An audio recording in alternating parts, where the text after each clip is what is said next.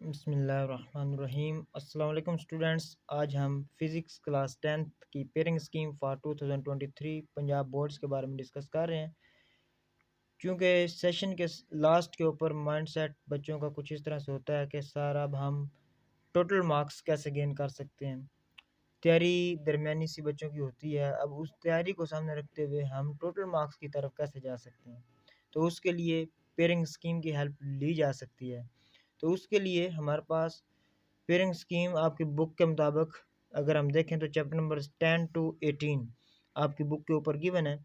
अब in chapter को हम एनुअल के लिए किस तरह प्रिपेयर करें, उसके लिए फर्स्ट टाइम आपको ये भी इल्म होना चाहिए कि आप लोगों के पास जो MCQs होते हैं वो टोटल 12 होते हैं और वन मार्क्स के लिए, यानी कि टोटल आपके पास 12 मार्क्स के लिए MCQs का पोर्शन होगा। चैप्टर नंबर 1 में से भी 1, 11 में से भी 1, 12 में से भी 1, 13 में से भी 1, 14 में से भी 1, 15 में से भी 1, 16 में से भी 1 और 17 में से भी 1 और 18 में से भी 1 आपका MCQ पेपर में लिया जाएगा।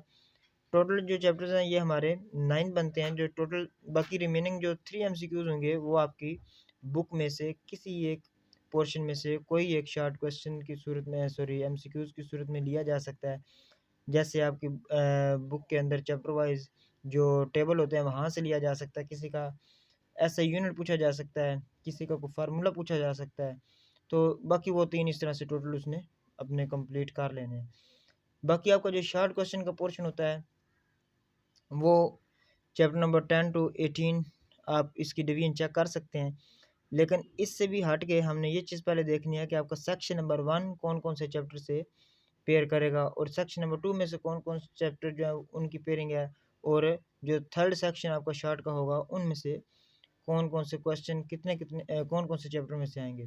तो इसके लिए चैप्टर नंबर 10 और उसके बाद चैप्टर नंबर 12 और उसके बाद आपके पास चैप्टर नंबर 16, ये 3 चैप्टर हैं जो कि सेक्शन नंबर 1 के लिए आप लोगों ने रिवाइज़ करने हैं।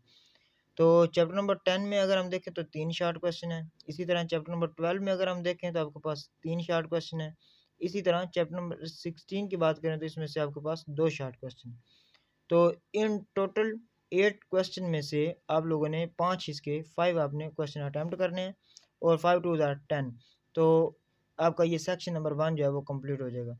इसी तरह सेक्शन नंबर 2 में अगर हम देखें तो आपके पास चैप्टर नंबर 11 और उसके बाद चैप्टर नंबर 13 और उसके बाद चैप्टर नंबर 17, ये 3 चैप्टर का कॉम्बिनेशन है।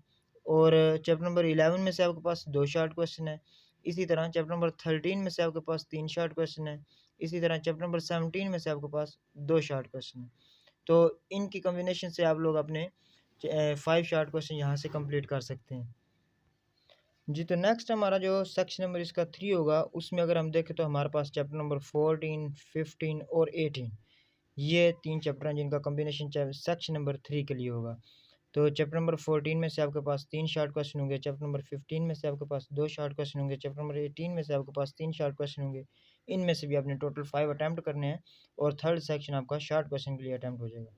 तो सेक्शन नंबर 1 में से भी 5, सेक्शन नंबर 2 में से भी 5, सेक्शन नंबर 3 में से भी 5 आप अटैम्प्ट करेंगे तो टोटल 15 और 15 2 ज़ार, यानी कि हर एक शॉर्ट क्वेश्चन 2 मार्क्स के लिए होगा। तो टोटल आपके पास 30 मार्क्स के लिए शॉर्ट क्वेश्चन का जो पोर्शन होगा वो 30 मार्क्स के लिए होगा।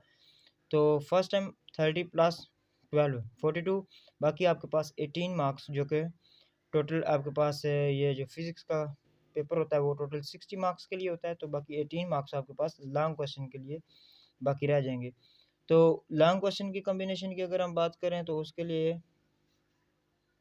क्वेश्चन नंबर 5 जो है, यानी कि जो फर्स्ट लॉन्ग क्वेश्चन बनेगा वो चैप्टर नंबर 10 और इसी तरह चैप्टर नंबर 12 और इसी तरह आपके पास चैप्टर नंबर 16 में से लॉन्ग क्वेश्चन हो सकता है।